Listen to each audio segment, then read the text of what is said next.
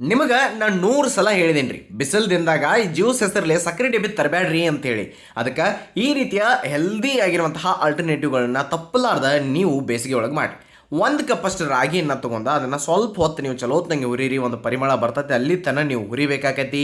ಆಮೇಲೆ ಒಂದು ಬೌಲ್ದಾಗ ಅದನ್ನು ಹಾಕಿ ಒಂದು 2 ಸಲ ಇವನ್ನ ನೀವೇನು ಮಾಡಿರಿ ತೊಳಿಬೇಕಾಕೈತಿ ರೀ. ಅದಾದ ನಂತರ ಒಂದು ಮಿಕ್ಸರ್ ಜಾರ್ದಾಗ ಈ ರಾಗಿಯನ್ನು ಹಾಕಿ ಅದಕ್ಕೆ ಸ್ವಲ್ಪ ನೀರನ್ನು ಸೇರಿಸಿ ಒಂದು ಅರ್ಧ ಕಪ್ಪಷ್ಟು ತೆಂಗಿನಕಾಯಿ, ಹಾಗೆ ಒಂದು ಅರ್ಧ ಕಪ್ಪಷ್ಟು ನಿಮ್ಗೆ ಎಷ್ಟು ಬೇಕೋ ನೋಡ್ಕೊಂಡಷ್ಟು ಬೆಲ್ಲ ಹಾಕಿರಿ.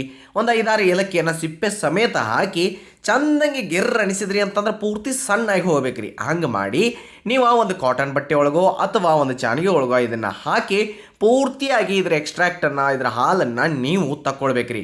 ಸ್ವಲ್ಪ ಮೇಲೆ ನೀರು ಹಾಕಿರಿ, ಆಮೇಲೆ ಅದನ್ನು ಈ ರೀತಿ ಮಿಕ್ಸ್ ಮಾಡಿ ಪೂರ್ತಿ ಈ ರೀತಿಯಾಗಿ ನೀವು ತಕ್ಕೊಳ್ಬೇಕಾಗತ್ತೆ. ಹಿಂಗೊಂದು 2 ಸಲ ನೀವು ಚಂದಂಗೆ ಮಾಡಿ ಅಂದ್ರೆ ಪದ್ಧತಿ ಆಗದ ನೀವು ಸೋಸಿ ತೊಗೊಳಕ್ಕೆ ಬರ್ತದೆ ರೀ.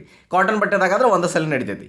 ಆಮೇಲೆ ಒಂದು ಮಿಕ್ಸರ್ ಜಾರ್ದಾಗ ನಿಮ್ಗೆ ಬೇಕಾಗಿರುವಂತಹ ಡ್ರೈ ಫ್ರೂಟ್ಸನ್ನು ನೆನೆಸಿ ಅದರೊಳಗೆ ಒಂದು ಈಟ ರಾಗಿ ಹಾಲನ್ನು ಹಾಕಿ ಗರ್ರ ಅಂಥೇಳಿ ಅನಿಸಿ ವಾಪಸ್ ನೀವು ಅದ್ರ ಜೊತೆನ ಮಿಕ್ಸ್ ಮಾಡಿ ನಿಮಗೆ ಬೇಕಾದ್ರೆ ಐಸ್ ಕ್ಯೂಬ್ಸ್ ಹಾಕಿರಿ, ಇಲ್ಲ ತಂಪು ಮಾಡಿ ಕುಡೀರಿ.